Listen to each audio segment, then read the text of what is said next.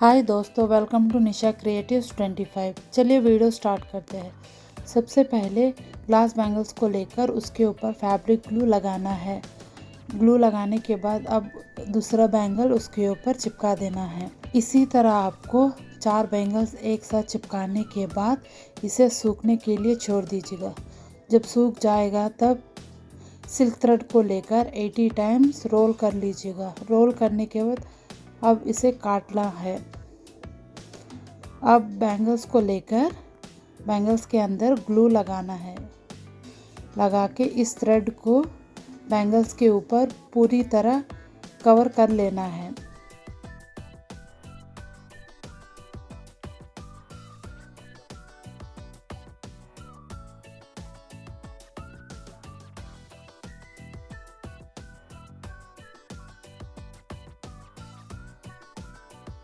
अच्छी तरह कवर होने के बाद आप इसी तरह दूसरा बैंगल भी बना लीजिएगा।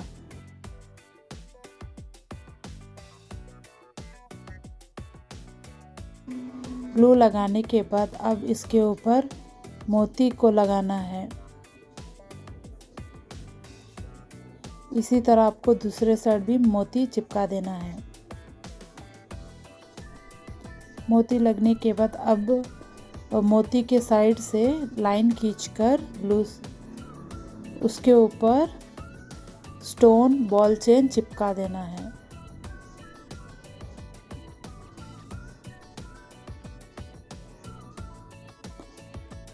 अब आपको बॉल चेन के बगल से ग्लू लगाने के बाद इसके ऊपर स्टोन चेन लगाना है।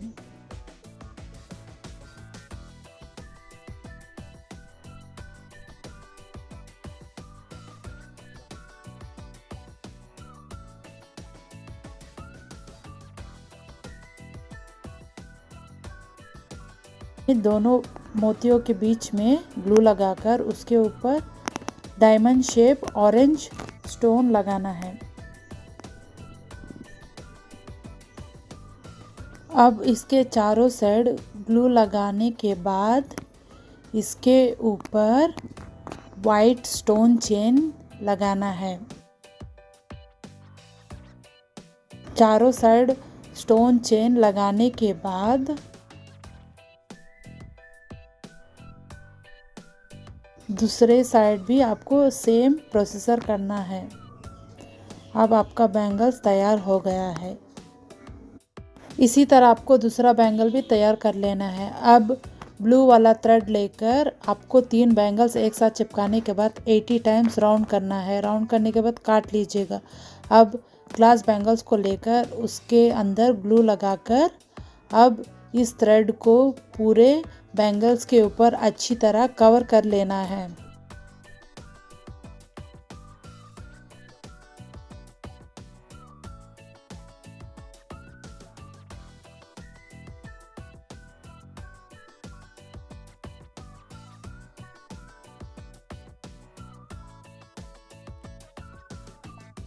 अच्छी तरह कवर करने के बाद इसे ग्लू से अंदर चिपका देना है। इसी तरह आपको दूसरा बैंगल भी तैयार कर लेना है। अब ग्लू से 4 साइड मार्क कर लेना है। मार्क करने के बाद ग्लू के ऊपर मोती को चिपका लेना है।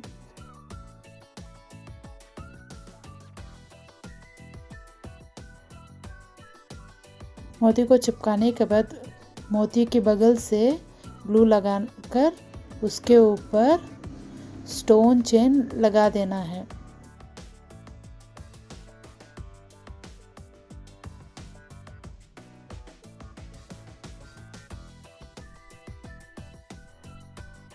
इसी तरह आपको दूसरा मोती के ऊपर भी स्टोन चेन लगा।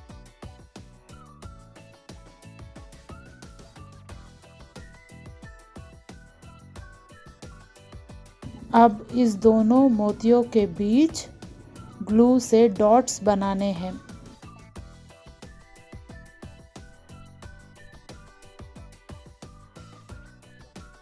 डॉट्स बनाने के बाद इसके ऊपर छोटे मोतियों को चिपका देना है।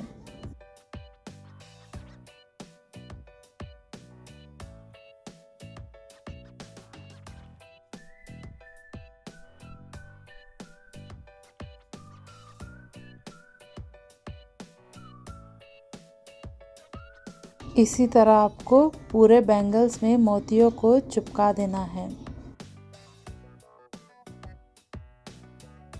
और दूसरे बैंगल्स को भी इसी तरह बना लेना है। अब बैंगल्स का सेट तैयार हो चुका है। आप इसे एक साथ या अलग अलग भी पहन सकते हैं। इसी तरह आपको और वीडियोस चाहिए तो मेरा चैनल निशा क्रिएटिव्स 25 को लाइक, शेयर और सब्सक्राइब कर लीजिएगा। धन्यवाद।